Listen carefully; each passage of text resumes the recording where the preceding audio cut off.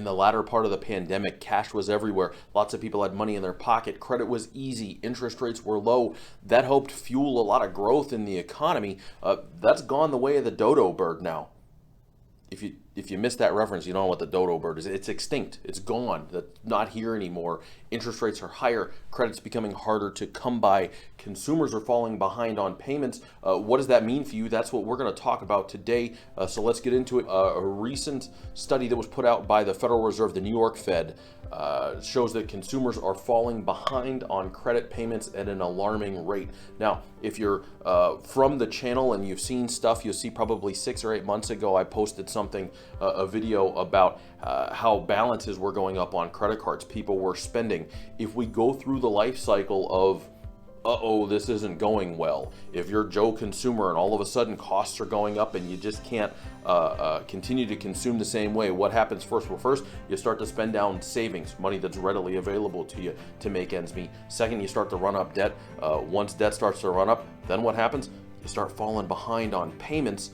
That's kind of the stage that it seems like we're moving into now. And so savings rates have gone down.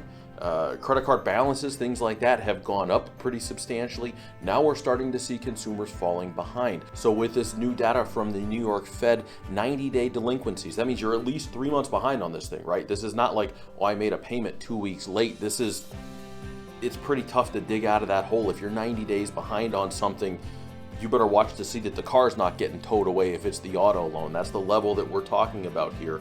Credit card delinquencies, 90 days or higher, 4.57%, almost 5%. That's really high if you don't have a whole lot of basis for comparison.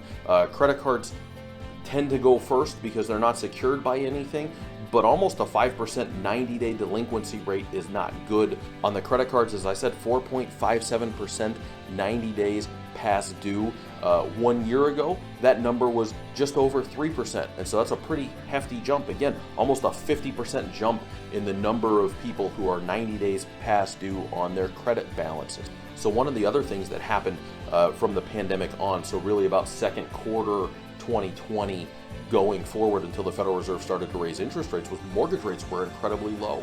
And that helped prop up spending because it did two things. Home prices were shooting up substantially in most parts of the country at that point, and so people had more equity. They could borrow against the house at a really low interest rate, do what's called a cash out refinance, or they could simply do a rate and term. They could lower their interest rate and therefore lower their payment and have extra money to spend, and that happened a lot. So the Fed said, hey, on the average cash out refinance, $80,000+, I think it was $82,000, was pulled out and used to either pay down debt, used to consume, put in a new pool in the backyard, whatever they did with it, that's money that flowed into the economy because they pulled equity out of their house, equity that didn't exist in a lot of cases just a couple of years earlier. And so that was happening. The average cash out refinance, $80,000+ of extra money that went into the system. On a rate and term basis, folks that just refinanced and lowered their bills, the average savings per month was over $200. So that was an extra $200 a month right in your pocket. That was like a pay raise that you could consume with.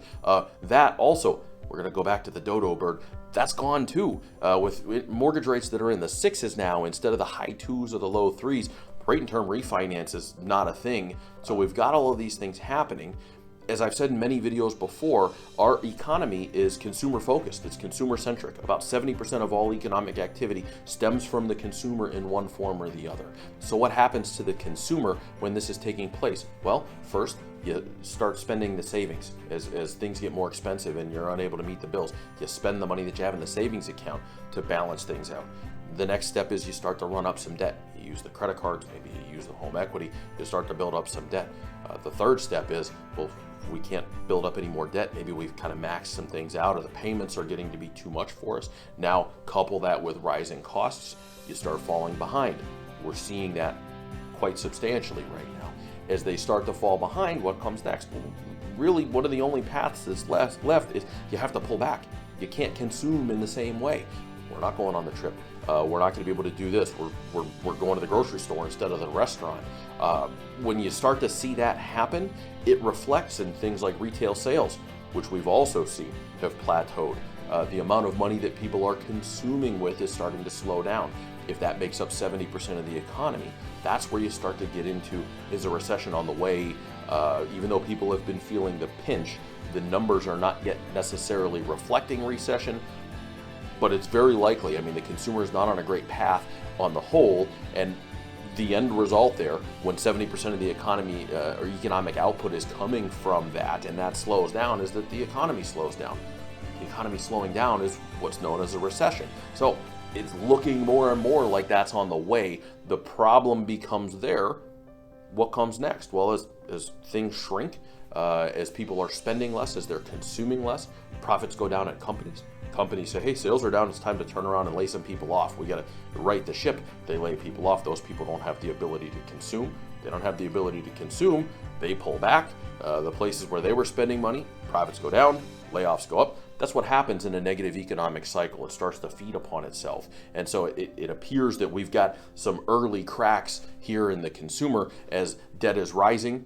That happened. Now as payments are falling behind at a kind of an alarming rate, if you really look at the numbers, that's happening. And so then the next question becomes, well, what do you do? If you're not this person, you're not falling behind on your debt and things like that, what do you do to prepare for a recession? And first things first, I tell clients all the time, assess the risk in your portfolio. If you've got a retirement portfolio, if you're nearing retirement, if you're already in retirement, figure out what kind of risk that you have. Make sure that you're comfortable with it. That doesn't mean don't take risk. That doesn't mean bury all of the money in the backyard. It just means understand the risk that you have and what might happen to some of your balances if things really do go south from here. The second thing, start to conserve a little bit.